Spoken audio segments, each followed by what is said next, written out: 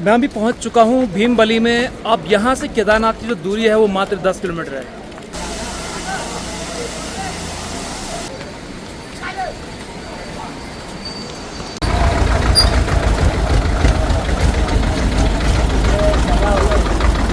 केदारनाथ। जय श्री केदार, हर हर महादेव, प्रणाम। मेरा नाम है शैलेंद्र सकलानी और मैं इसमें सोनप्रयाग में हूँ।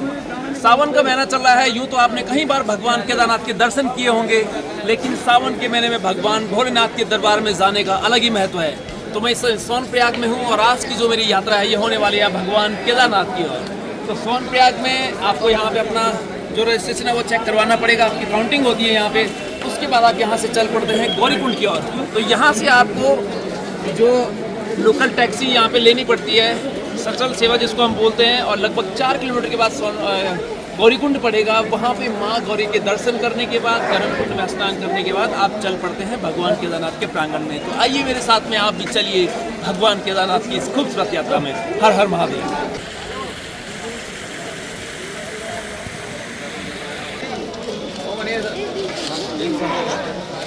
जब आप केदारनाथ की यात्रा में आते हैं तो आपका जो अपना वाहन होता है वो सोनप्रयाग तक ही आता है। यहाँ से आपको यहाँ का लोकल टैक्सी लेना पड़ता है, शेयरिंग टैक्सी, और आप जाएंगे गौरीकुंड। फिर आप देखेंगे जब आप मई जून में आते हैं तो भीड़ ज़्यादा होती है, उसके लिए यहाँ पे रेलिंग बैरिकेड्स बनाए गए हैं, तो आपको इस लाइन में लगना पड़ता है। लेकिन अभी सावन का महीना, इतनी भीड़ है नहीं, तो आप कहीं भी आराम से आ जा सकते हैं।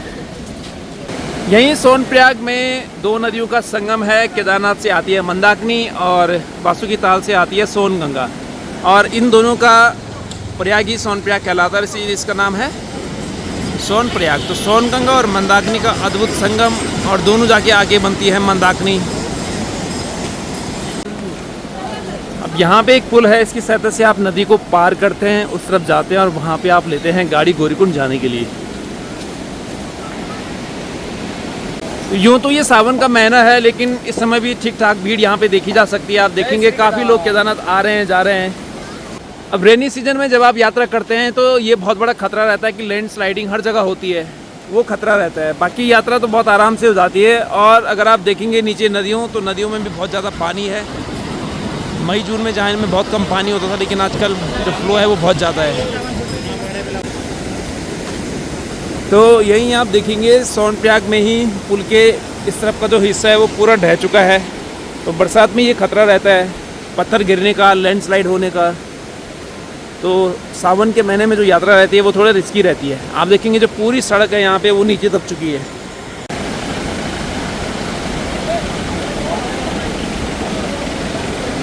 तो दोस्तों यहाँ पे फाइनली हमको ये गाड़ी मिल चुकी है, और मेरे साथ में 9 लोग और हैं, और इसी में हम लोग बैठने वाले हैं। फिर गाड़ी यहाँ पे हमें मिल चुकी है, इसमें बैठेंगे और हम जाएंगे उसके बाद गौरीकुंड।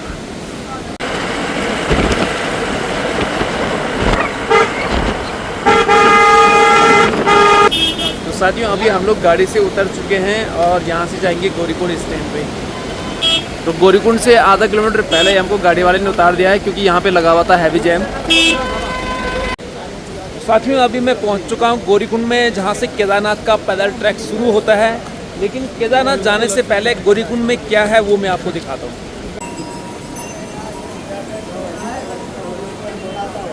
साथियों यहां पे गौरीकुंड में माँ गौरी का मंदिर है।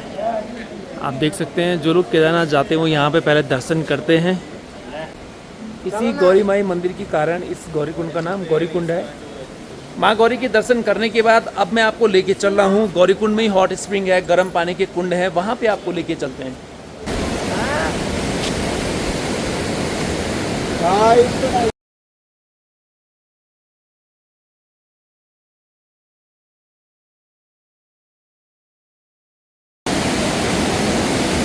गौरीकुंड में गर्म पानी का कुंड है और इसी वजह से इसका नाम गौरीकुंड पड़ा हुआ है।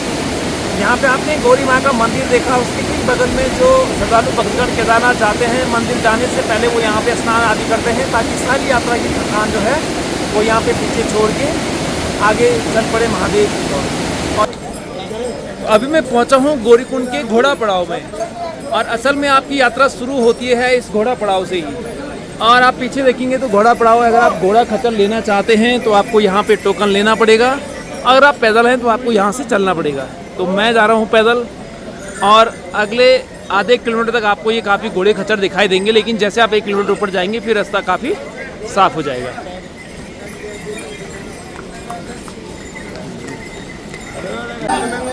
मई जून में जब आप यहाँ पे यात्रा आते हैं तो घोड़े खच्चर के जो प्राइस रहते हैं वो बहुत ओवर रेट रहते हैं, जो सरकारी रेट है उससे ज़्यादा रहते हैं। लेकिन इस समय बरसात के सीज़न में ये फ़ायदा है कि जो घोड़े खच्चर के ये दूसरी चीज़ों के रेट रहते हैं वो ज़रूरत से कम रहते हैं।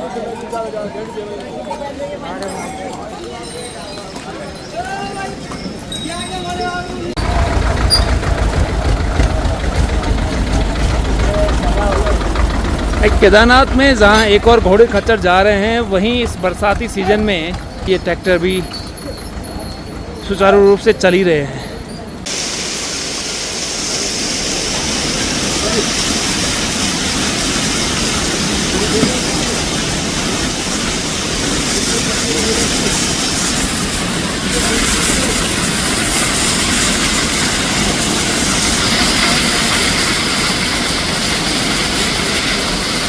यार अभी सावन का महीना है और ये लग ही नहीं रहा है कि सावन का महीना है। खूब तेज़ धूप निकली हुई है, जो कि अच्छी बात है, अदरवाइज़ बारिश में सबको परेशानी होता है। तो आप देखेंगे सुबह के लगभग 9:30 के करीब टाइम हो रहा है और अभी जो है एकदम तेज़ धूप निकली हुई है। उम्मीद है कि दिन भर मौसम ऐसे रहेगा तो हम लोग अच्छे से यात्रा कर पाएंगे।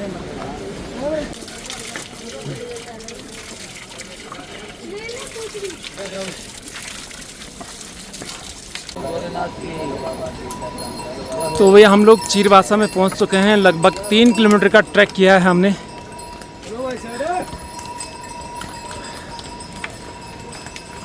और आगे देखेंगे आप तो एकदम डेंस फॉरेस्ट।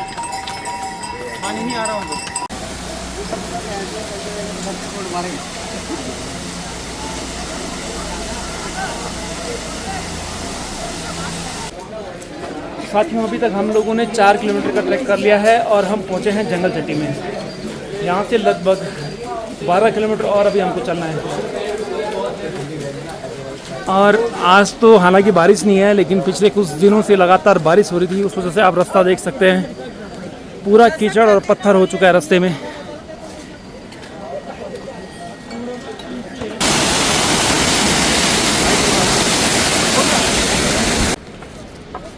मैं अभी पहुंच चुका हूं भीमबली में। अब यहाँ से केदारनाथ की जो दूरी है वो मात्र 10 किलोमीटर है।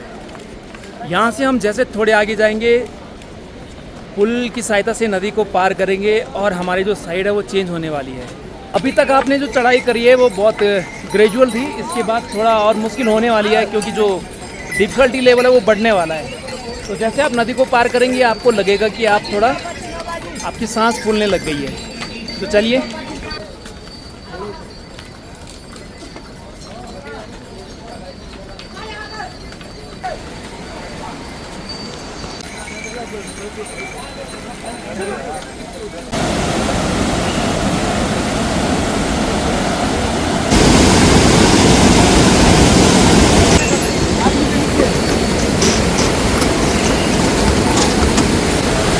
अभी हम ये नदी को पार कर रहे हैं, ताकि नदी को, और आप देख सकते हैं कि नदी में कितना उफान है, एकदम जोरों पे बह रही है नदी।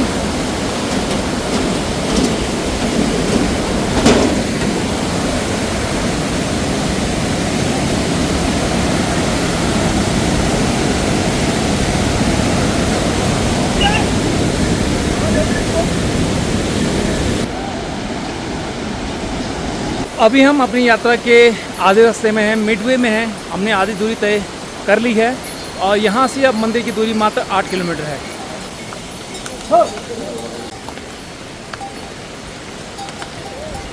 तो केदारनाथ यात्रा में आप देखेंगे घोड़े खच्चर वालों का 6 महीने अच्छा रोजगार चलता है। तो अभी हम लोग पहुँच चुके हैं छोटी लिंचोली में, और इसके बाद आएगी बड़ी लिंचोली, उसके बाद फिर केदारनाथ बेस कैंप।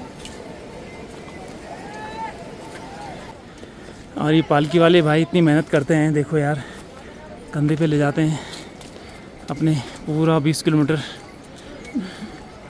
अभी हम लोग पहुँचे हैं बड़ी लिंचोली में। तो बड़ी लिंचोली में आप देख सकते हैं यहाँ पे बहुत सारे कैंप है और GNVN के भी यहाँ पे कैंप है। तो अगर आप यहाँ पे रुकने की सोच रहे हैं तो आप यहाँ पे रुक सकते हैं। और अब यहाँ से मात्र 4 किलोमीटर बचा है केदारनाथ मंदिर।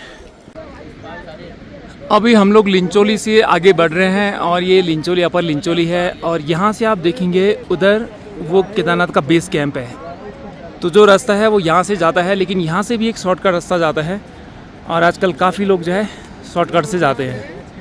हालांकि शॉर्टकट वाले जल्दी थक जाते हैं, जैसे मैंने पहले बोला है। और सामने जूम करेंगे तो ये देखिए ये लोग जा रहे हैं शॉर्टकट रास्तों से और ये है, और इधर ऊपर जो है अपना ये बेस कैंप है, ये है बेस कैंप केदारनाथ का। तो यहाँ से लगभग अब 4 किलोमीटर रहता है हमारा केदारनाथ मंदिर। तो अभी मैं केदारनाथ बेस कैंप में पहुँचने वाला हूँ और यहाँ से जो मंदिर की दूरी है वो है मात्र 2 किलोमीटर। और इस समय पूरा वाइट आउट हो चुका है चारों तरफ और हल्की हल्की बूंदाबांदी भी हो रहा है। तो हम लोग ठीक ठाक टाइम पे पहुँच गए, क्योंकि आगे मौसम बहुत ख़राब हो सकता है। और ये केदार की विशेषता है कि यहाँ पे आधे घंटे पहले धूप होगा तो आधे घंटे बाद पूरा क्लाउड्स लग जाता है, रेन होना शुरू हो जाता है, स्नोफॉल हो जाता है। तो कहते हैं केदार का मौसम बम्बई का फैशन कभी भी बदल सकता है।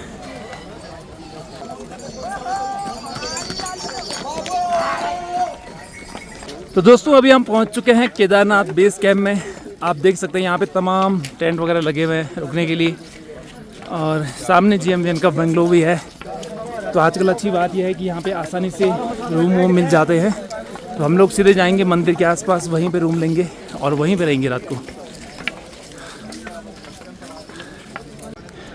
तो अभी मैं पहुँचा हूँ हेलीपैड पे और आजकल हेली सेवाएं बंद हैं। तो आप देख सकते हैं पूरा हेलीपैड खाली है। ख़राब मौसम की वजह से हेलीपैड आजकल सुचारू रूप से चालू नहीं है। और अब यहाँ से लगभग मंदिर जो है 1 किलोमीटर है। साथियों अभी मैं मंदिर के एकदम पास में हूँ और आप देख सकते हैं यहाँ पे पुल बन रहा है। जो पुराना रास्ता था, यहाँ पे पुराना पुल था जो बह चुका था। तो अभी जो रास्ता जाता है वो यहाँ से घूम के जाता है, लेकिन अब दोबारा से ये पुल जब बन रहा है तो जब ये बन जाएगा तो दोबारा से जाते लोग यहाँ से जाएंगे और पीछे से वापस आएंगे। तो काफ़ी सहूलियत इससे हो जाएगी। इस पुल की वजह से कम आपको 1 किलोमीटर और एक्स्ट्रा चलना पड़ता है।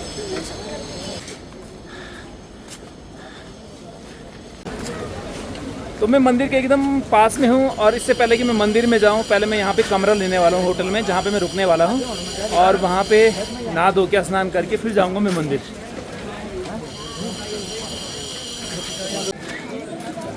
तो दोस्तों ये देखिए भगवान भोलेनाथ का प्रांगण आपकी स्क्रीन पे। फाइनली हम लोग पहुँच चुके हैं मंदिर के पास में और बहुत ही खूबसूरत दृश्य मंदिर का यहाँ पे। ये देखिए मंदिर एकदम सामने।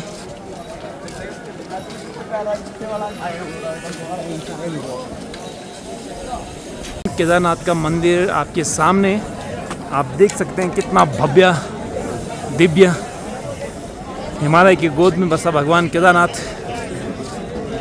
मंदिर के दोनों तरफ आप देखेंगे तो यहाँ पे प्रसाद इत्यादि की दुकानें हैं।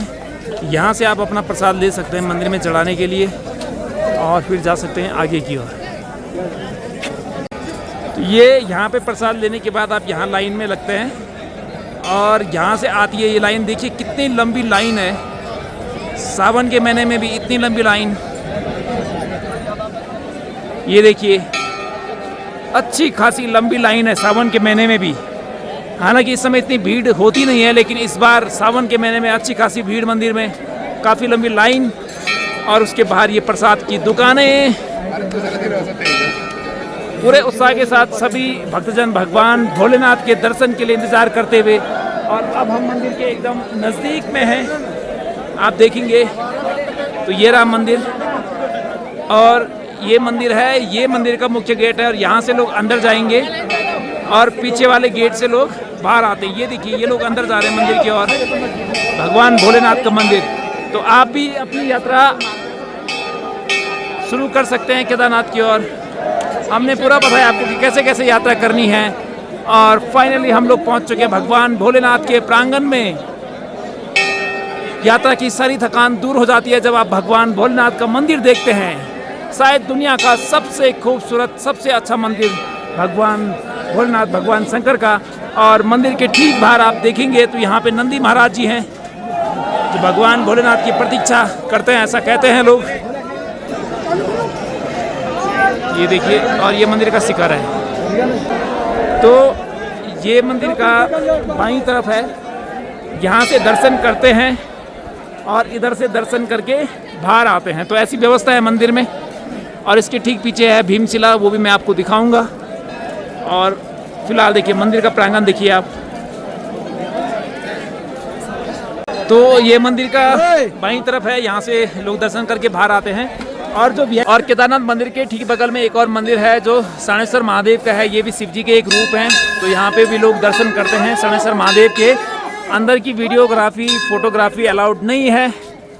और मंदिर के अगर आप ठीक पीछे देखेंगे तो यहाँ पे उदक कुंड है। भगवान का जो अभिषेक होता है उसका जल यहाँ पे निकलता है, लोग उसको भर भर के घर ले जाते हैं। और तमाम भोले महाराज यहाँ पे बैठे हुए हैं। अब मंदिर का पीछे वाला हिस्सा आपको दिखाते हैं। और ये है मंदिर, ये वही भीमशिला है जिसने 2013 की आपदा में इस मंदिर को बचाया था, इसलिए ये शिला भी पूजनीय है। तो ये है मंदिर। आपने देखा किस प्रकार से केदारनाथ की यात्रा की जाती है। पूरा सोनप्रयाग से यहाँ तक मैंने आपको बताया कैसे कैसे यहाँ पे पहुँचा जाता है। उम्मीद करता हूँ आपको ये वीडियो पसंद आया होगा। अगर पसंद आया तो हर हर महादेव आप कमेंट में लिख सकते हैं और तमाम उन लोगों तक पहुँचा सकते हैं जो यहाँ पे आना चाहते हैं। पूरी इन्फॉर्मेशन मैंने दी है। साथ ही यहाँ पे आजकल होटल सस्ते मिल जाते हैं, तो उसकी कोई प्रॉब्लम नहीं है। और आसपास में और भी बहुत सारी जगह हैं, जैसे इसके ठीक पीछे आप देखेंगे शंकराचार्य जी की समाधि है। उसका मैं एक अलग से वीडियो बनाऊंगा कि केदारनाथ में आप क्या क्या देख सकते हैं। और सामने भैरवनाथ के दर्शन भी आपको करने पड़ते हैं। तो आज पहला दिन था, वो हमने केदारनाथ मंदिर के दर्शन करवाए। कल सुबह आपको लेके चलूँगा बाबा भैरवनाथ और शंकराचार्य समाधि की ओर।